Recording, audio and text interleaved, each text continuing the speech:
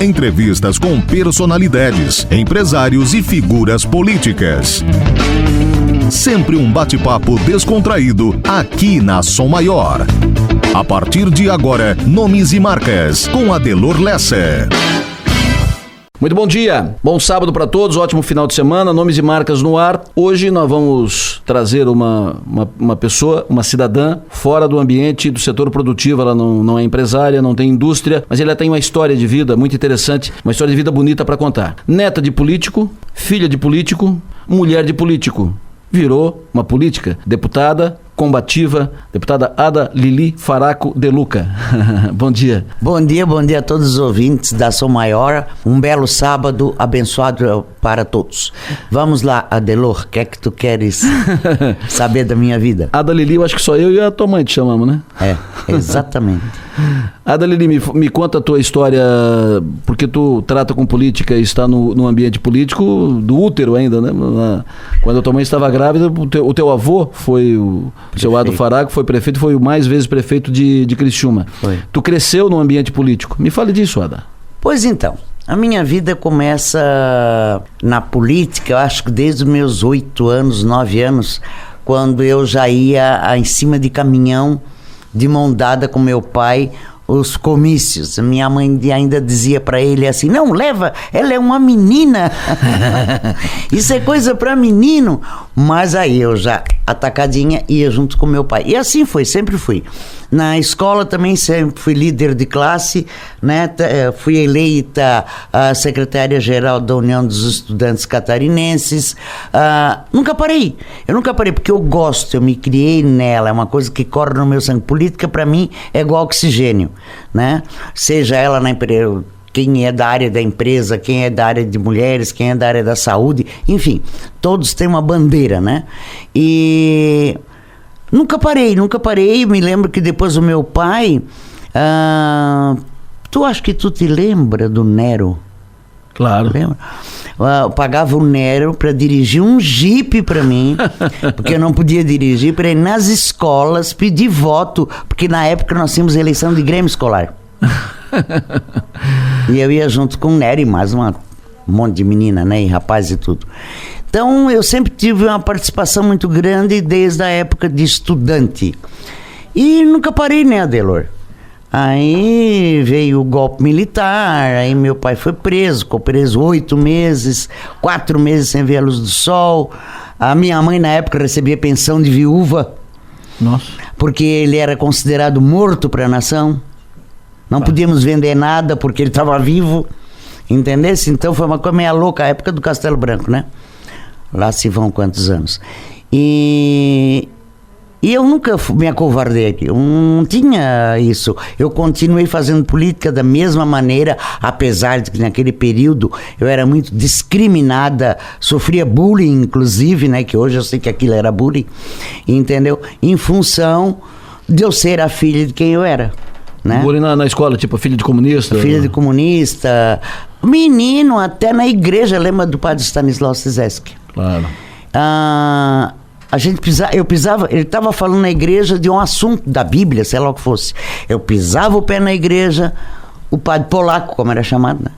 Ele, sabe o que é que fazia? Porque é bem bom que prenderam os comunistas, porque eu... Cara, terceira vez que eu vi que era porque eu entrava na igreja, aí eu nunca mais fui à missa. É um trauma, entende? Sou católica, tal, apostólica, mas não praticante, né? Então eu nunca parei. Bom, isso é época de 64, né? Isso é época de 64, tu era solteira ainda. Para quem não lembra, evidentemente, não conheceu a história, o avô da Ada é o seu Ado Faraco. Ado Caldas Faraco, foi prefeito... 3 vezes, né? 4 vezes, não, né? 4. 4 e mais vezes. Um ano de intervenção, foram 15 anos. 15 anos de prefeito de Criciúma. Cara, eu abri o olho, era neta de prefeito, até velho eu ainda era, né? Tanto é que eu não sei bajular ninguém, Adelor, não sei ser interesseira, não sei nada, porque eu fui criada nesse clima. Entende? Então é muito triste tu saber que tu não tem as pessoas... nunca procurei ter pessoas do meu lado que realmente eu não sentisse esse sentimento que eu tenho por ti, por exemplo, tá? Porque... Amigos do poder não me interessa. O seu Ado... Nem amigos do cargo. O seu Ado, o lema era como é bom ser bom, né? O vô era, como é bom ser bom.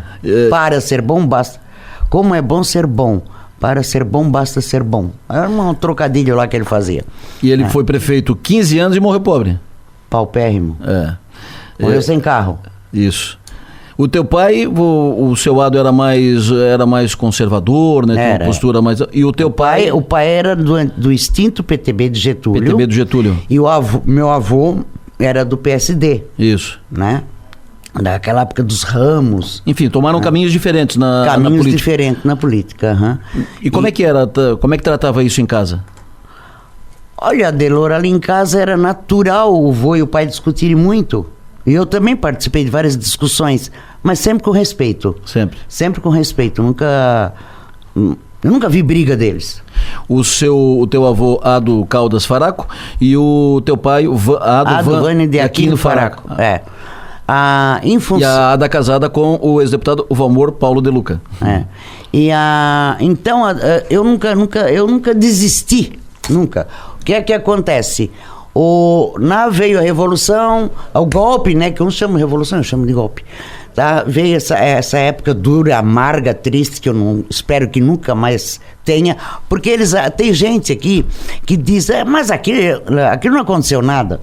Claro, para quem estava de fora não aconteceu. Ou para quem não viveu aquele tempo, Só sabe quem viveu.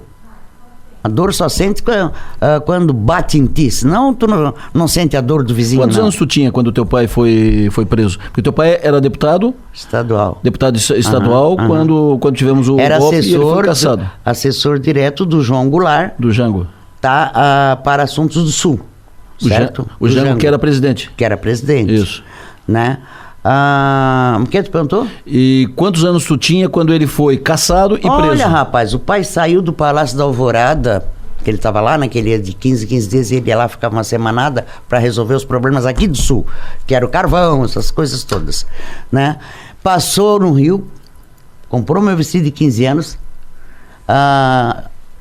houve uma festa maravilhosa, quem é da minha época lembra. Aquele negócio de troca sapato, desce escada, apaga 15 velas, aquelas coisas todas, né? 48 horas depois o pai estava morto. Estava preso.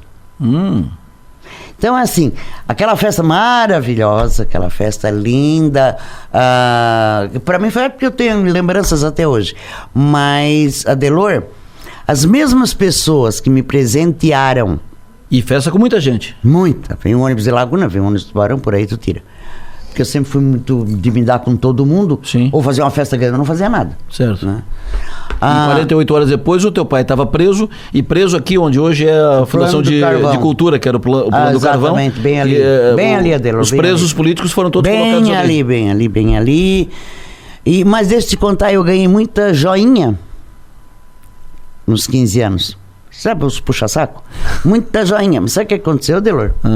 Eu dei tudo. Porque as mesmas pessoas que me deram a joinha, digamos assim, anelzinho, brinquinho, aquelas coisas, atravessava a calçada para não encontrar comigo.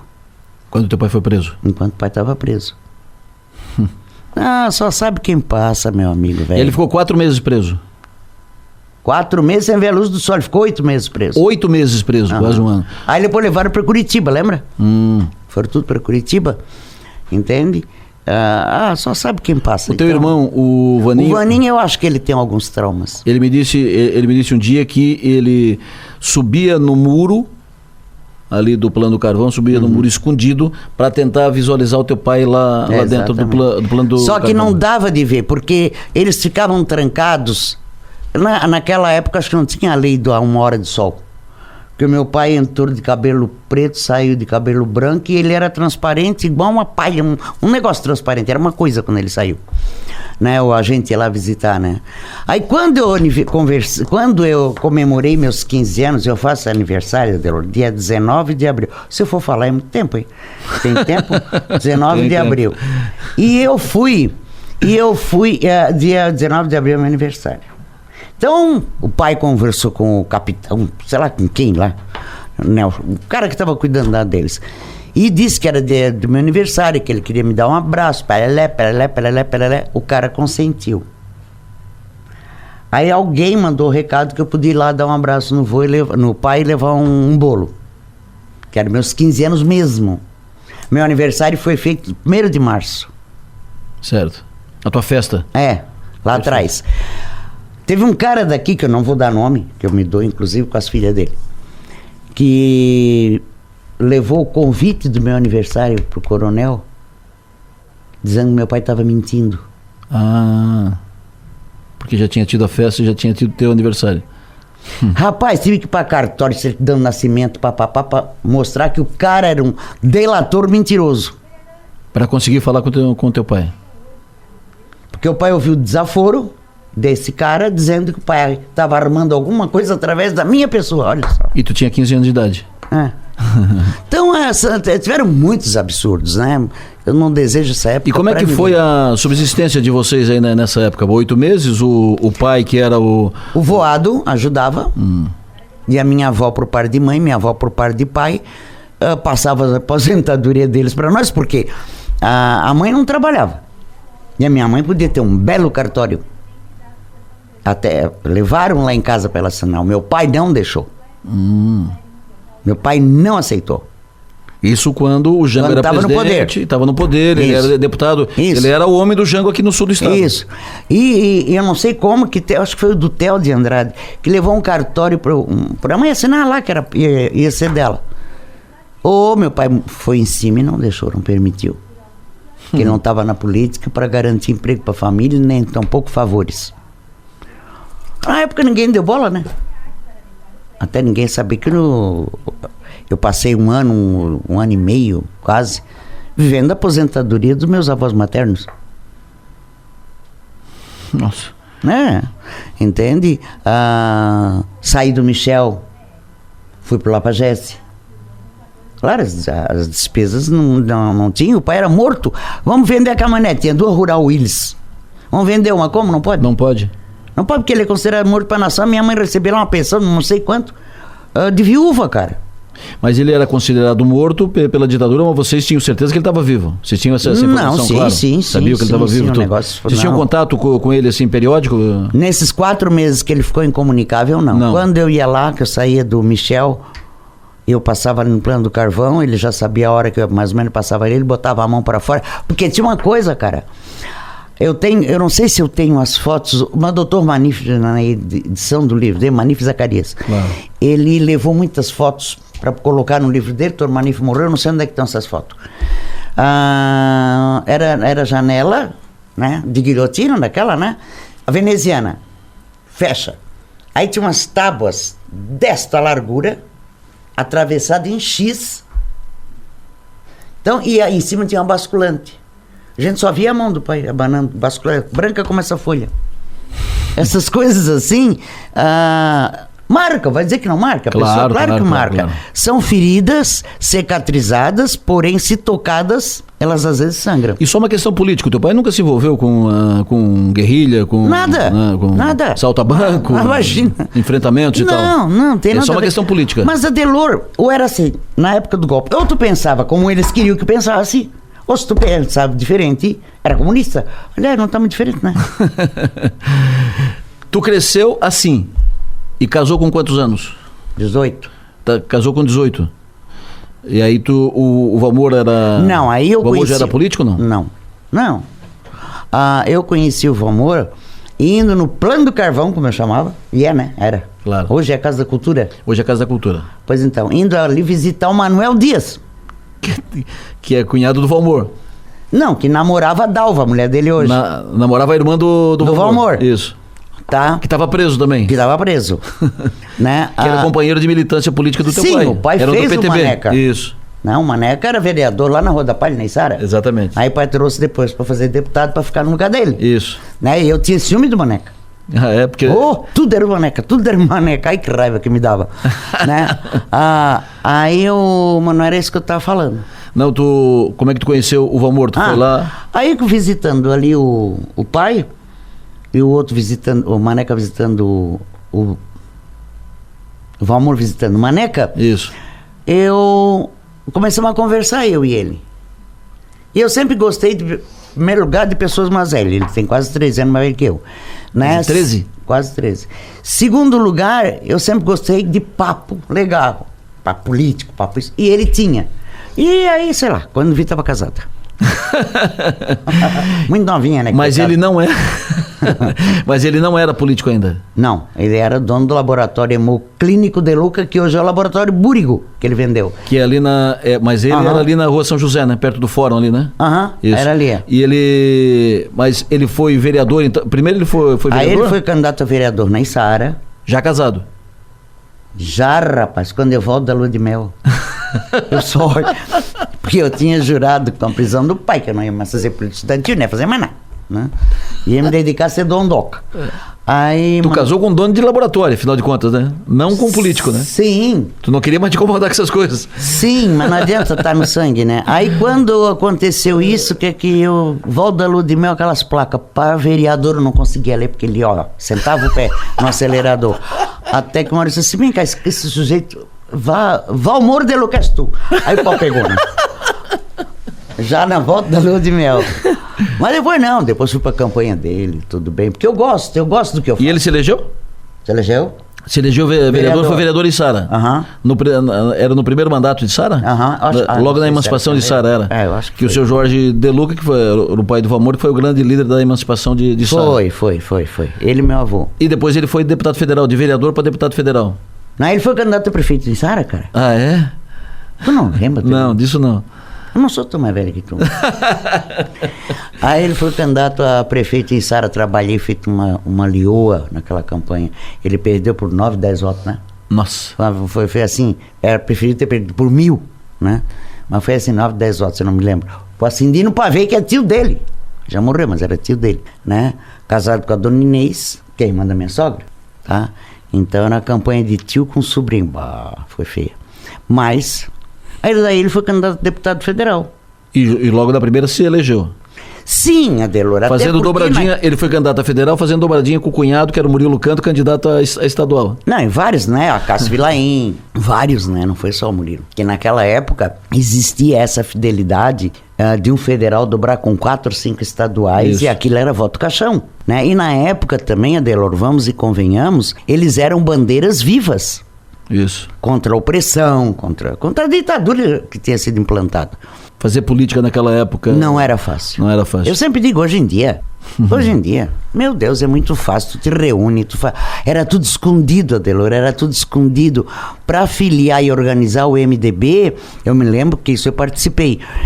Era de madrugada, tinha que olhar se a casa daquele ali ou a casa daquele ali não tinha cachorro, porque se tivesse cachorro, latia, acordava o vizinho e o cara para fora do emprego.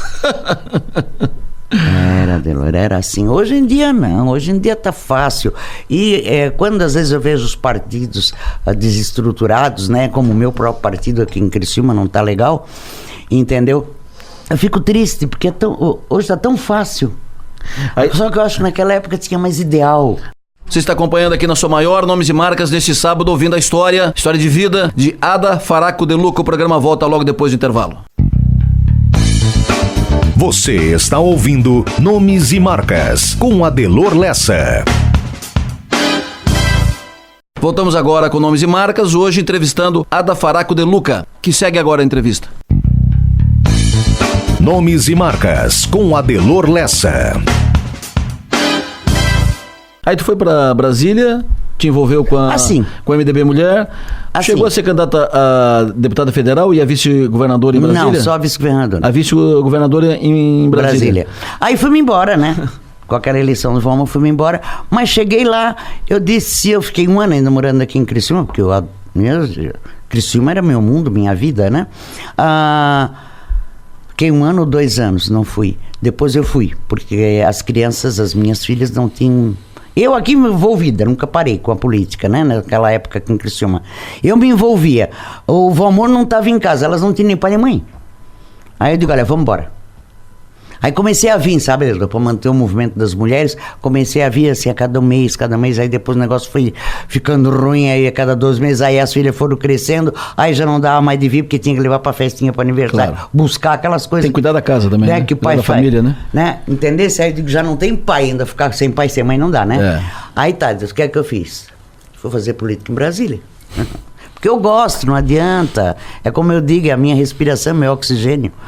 E lá em Brasília, trabalhando lá com o doutor Ulisses, ele chegou para mim e disse: Guerreiro, eu tenho uma missão para ti. Eu digo: que missão, presidente? Aí diz ele assim para mim: tu, fulano, beltrano, ciclano e mais os 3 deputados, que um era Roberto Freire, né? Vocês vão organizar o partido em Brasília. Mas isso antes eu participei da anistia, corri o Brasil inteiro com o doutor Ulisses.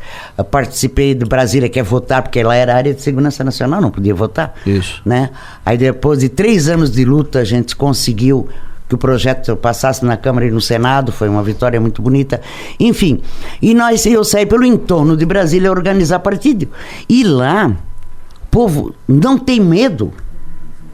É legal. Quer dizer, na minha época que estava lá, né? Hoje em dia tá um sarceiro, tá? Aí saí e tal. Houve, então, a primeira eleição direta em Brasília.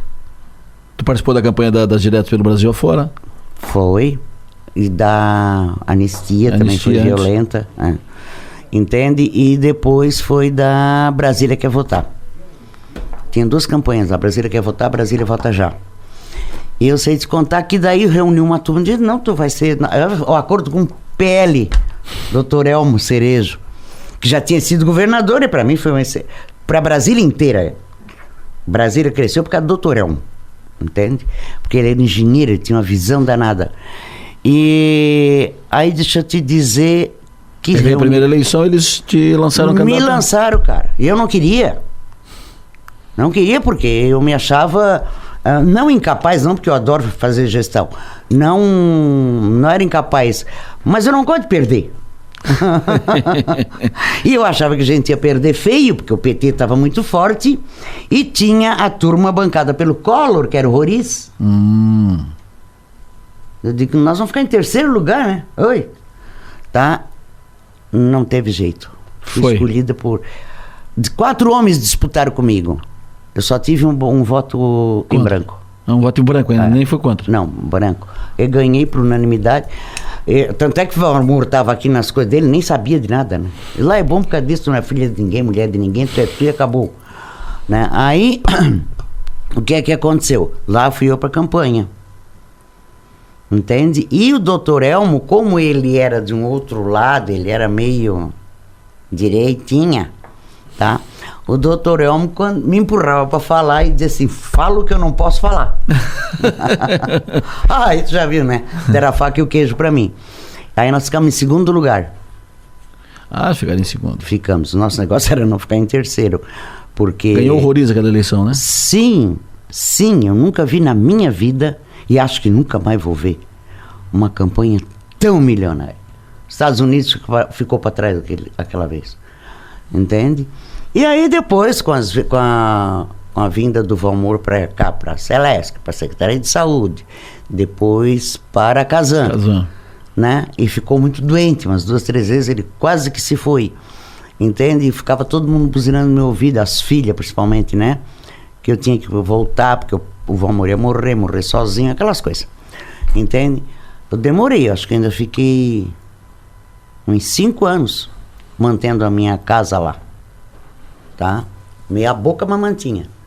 Aí teve que iniciar a vender casa, vender meu escritório de advocacia, vendi uma sala que eu tinha, que quando eu não podia advogar, que era funcionária pública, mas a gente tinha uma sociedade com mais 4 advogados amigos meus, que estão milionários, né? Eu vendia minha parte da sociedade, então eu me desfiz de tudo lá. E voltasse para Santa Catarina? E voltei para Santa Catarina. Quando eu cheguei em Santa Catarina, meu pai assim: agora tu vai fazer uma coisa que eu quero. Eu disse: o que, pai? Aí ele assim: minha filha, tu vai resgatar um mandato que a ditadura me pegou. Eu disse: pai, para, menos. Fui candidato vice-governador em Brasília, faço política, mas eu candidato não quero mais. Nem vem que não tem. Aí... Ele não vai, e vai porque é uma dívida que tu tem com o pai. Eu digo: eu? Era. Mas eu estava enrolando o pai, até que o pai teve aquele problema de saúde, né? De um erro médico, tá? Aí quando com esse problema de saúde do pai, nós corremos São Paulo, tudo quanto foi lugar, Porto Alegre, tudo com esse problema do pai. e não teve solução, né? Foi um erro. Não vou comentar isso aqui agora.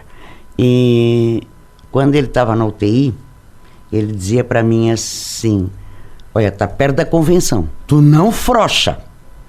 Ele sempre diz negócio, tu não frouxa, né? Tu não frouxa, tu vai ser candidata. E eu não, tá, pai, pode deixar, eu tava enrolando, pai. Aí um dia cheguei na UTI, ele tava traqueotomiado, não podia mais falar. Ele escreveu: eu vou ficar bom para te ajudar na campanha. Eu te quero candidato a deputado. Pronto. Eu digo, puta. Não, eu ainda estava na esperança que ele não fosse morrer, né? Mas quando ficou muito mal a coisa, eu, para ver se ele se animava, que ele não falava, não escrevia mais nada, só abria os olhos, me olhava. Aí eu disse: pai, a convenção já passou, sabe, Adelor? A convenção já passou. Eu sou candidato, para ver se ele reagia, né? E aí? Nem se mexeu. Aí eu fiz uma jura ali, né? Vou ser candidato. Não quero nem saber. Ou eu, se me eleger, se fizer 10 votos, fiz 10 votos, mas eu vou cumprir o que eu prometi pro pai ali. Eu sei que ele escutou, mas ele não pôde ter reação. E assim eu saí candidato a deputado a primeira vez. Agora estou no 4º mandato, né, Adelor? Ada, uma vida toda política, uma vida toda com todas essas circunstâncias para cima, para baixo, e vai e desce, não. Mas a política é isso. Então deixa eu te perguntar. Uma hora estás em cima, outra hora estás embaixo. Valeu a pena, Ada? Eu acho que sim. Entende? Eu acho que sim. A minha contribuição para um mundo melhor, para um Estado melhor, eu sei que eu dei. Principalmente agora nos últimos 8 anos que eu fui na Secretaria de Justiça e Cidadania. Eu consegui que o Estado de Santa Catarina colocasse o sistema prisional nas primeiras filas do governo do Colombo. Tá? Não, nas primeiras filas do Colombo, do governo do Colombo, ele colocou, ele me apoiou, tal. Não teve problema nenhum, foi excelente. Agora, nacionalmente, tu pensa que é fácil? Eu ia para Brasília e para mim foi fácil. Porque foi fácil assim, conseguir verbas, né? Conseguir financiamentos e tal. Eu ia para Brasília, ficava 2 dias pau trabalhando, conseguia, as coisas trazia, entendeu? Só pedia a participação do governo que tinha que dar, né? Esse projeto que tu implantou lá... Todos os projetos. E esse projeto que tu implantou de trabalho dos apenados, isso começou quando eu trabalhei na Papuda. Eu saí da Papuda para ser candidata, né, praticamente. Da Papuda que eu tinha que trabalhando. Que tu saiu da Papuda, tu trabalhava lá, não estava presa da Papuda. Não, trabalhando. Eu aprendi lá com as presas, cara. Com as presas. Começamos a fazer sacolas de chita, meia-lua, assim, franzida, com alça de corda. E aquilo foi, aí reuni as pessoas que eu me dava em Brasília, e me dou até hoje, né, mulheres empresárias e empresários e tal, e pedi chita, mais chita lá pro presídio para elas fazerem. Essa sala era pouca de chita. Aí, rolo de corda, Taguatinga, tem um amigo meu lá que tem um forte comércio, mandava sei lá quantos rolos de corda, enfim. Aí uma delas disse: doutora, por que a senhora não consegue sandália havaiana pra gente forrar e fazer? Aí eu pedi pro político, eu não pedi o nome, né, pra mulher do político lá de São Paulo, se ela conseguia, assim, umas 3 mil, veio um caminhão, não tinha nem botar sandália. A verdade. Aí, resultado, começamos a fazer a sandalinha forrada do mesmo tecido que ia na bolsa. Pegamos 2 presas que já estavam em semi-liberdade, botamos na feira da Torre, com a gente, os jornais, coluna social, jornalistas que sempre nos apoiaram, e 2, 3 madame, um quiosque, né? Rapaz, eu acho que tinha umas 4 mil conjuntos, não sobrou um. Que maravilha. E ali aquilo foi, hoje elas exportam bolsa. Elas lá, as presas lá. Elas lá. As apenadas lá de Brasília, lá da Papuda. Lá da Papuda. E tu trouxe esse projeto para cá, implantou aqui em Santa Catarina e virou referência nacional. Eu que trouxe. Eu digo, eu quero fazer um projeto como eu fiz, tipo Brasília. Pesquisa daqui, pesquisa dali, pesquisa no Ministério da Justiça tinha. Entende? Aí me joguei para Brasília. Aí a única coisa que eu falei para o ministro da época foi o seguinte: eu não aceito que não seja pago para elas, ou para eles, ou para eles. Quem for. Então aí que não pago tinha. Pelo serviço, né? Sim, aí não tinha isso. Hoje nós quantos Peraí, quantos? Deve estar o quê? 240, 243 convênios os presídios têm com empresários. Hoje dá briga, Delor. É porque os nossos presídios, eles não têm muito espaço físico. E nem terreno. Porque onde tem terreno grande, tu vai lá em Chapecó, é uma maravilha. Tu vai em Curitibanos, é outro espetáculo. Por quê? Porque tem terra, muita terra. Então pode-se expandir galpões e galpões de oficina, né? Meu Deus, aqui agora, ali a Penita, não o presídio, tá? A Penita é a penitenciária. É penitenciária regional. Essa é a Penita. Por exemplo, ela também tem quantos tem agora eu não sei, mas também tem muito convênio, né? Nossa, aqui no Sul. Eu me realizei e acho que fiz um trabalho maravilhoso pro Estado. Agora, penei. Eu só recebia pau, cara. Essa área é dura, né? Tu nunca agrada. Se tu faz é porque tu fez. Se tu não fez é porque tu não faz. Então, não é fácil. Agora, não desisto, porque por isso eu digo, eu tinha planejamento. Por isso, do papo hoje de manhã cedo, as coisas muito soltas, pra cá, pra lá, tem que ter pauta e planejamento. Tudo na vida. Até na tua casa, cara. Claro. Não? Ada Faraco de Luca, que história bonita que tu tem de vida, por isso eu fiz questão de trazer aqui no Nomes e Marcas, pelo teu nome, pela marca que tu tem de vida. E já se passaram 32 minutos e foi assim, parece que começou ainda há pouco a conversa. Rapaz, tem 10 anos que eu estou escrevendo um livro. Mas tu não lançou ainda por quê? Porque, por exemplo, eu comecei a escrever lá em Brasília, né? Aí acontecia um fato. Aí, marido... Sempre acontece, eu não sou sozinha, né? Escreve, Ada. Se tu esperar atualizar, tu nunca vai atualizar. Não, aí tá. Mas tem... Olha, tem... Que é uma caixa de fogão a gás. Só de papel. Entende? Aí que fui secretária. Aí parei tudo. Você é secretária. Fui secretária. Eu não tinha tempo. Eu trabalhava de segunda a segunda. Né? Não dava tempo. Entende? E agora tô tentando pegar de novo, mas é a tal história. Quando tu pega para escrever, tu tem que estar com aquela tesão como qualquer coisa na vida, não é verdade? E eu ando meio assim, sabe? Escreve. Mas eu vou terminar, claro, nem que seja para deixar pras netas. Muito obrigado pela tua presença aqui conosco no Nomes e Marcas, foi um prazer te receber, parabéns pela tua história e muita energia. Obrigado também a Delor, obrigado a toda a equipe tua. Quero deixar um forte abraço para meus conterrâneos aqui de Criciúma, entende? Aos amigos, aos companheiros, aos parentes, né? Porque essa gente se sentiu ofendido, porque não sei aquelas coisas. Aí então é para todo mundo, um beijo no coração, que o teu programa tenha um ótimo fim de semana, todos, né? Essa foi Ada Faraco de Luca, nossa entrevistada de hoje do Nomes e Marcas. Muito obrigado pela sua audiência, foi um prazer tê-lo conosco. O programa volta pro ar no próximo sábado às 10h30 da manhã. Um ótimo sábado a todos, ótimo final de semana e até lá. Bom dia. Você ouviu Nomes e Marcas, inédito todo sábado às 10h30 da manhã e com reprise aos domingos ao meio-dia.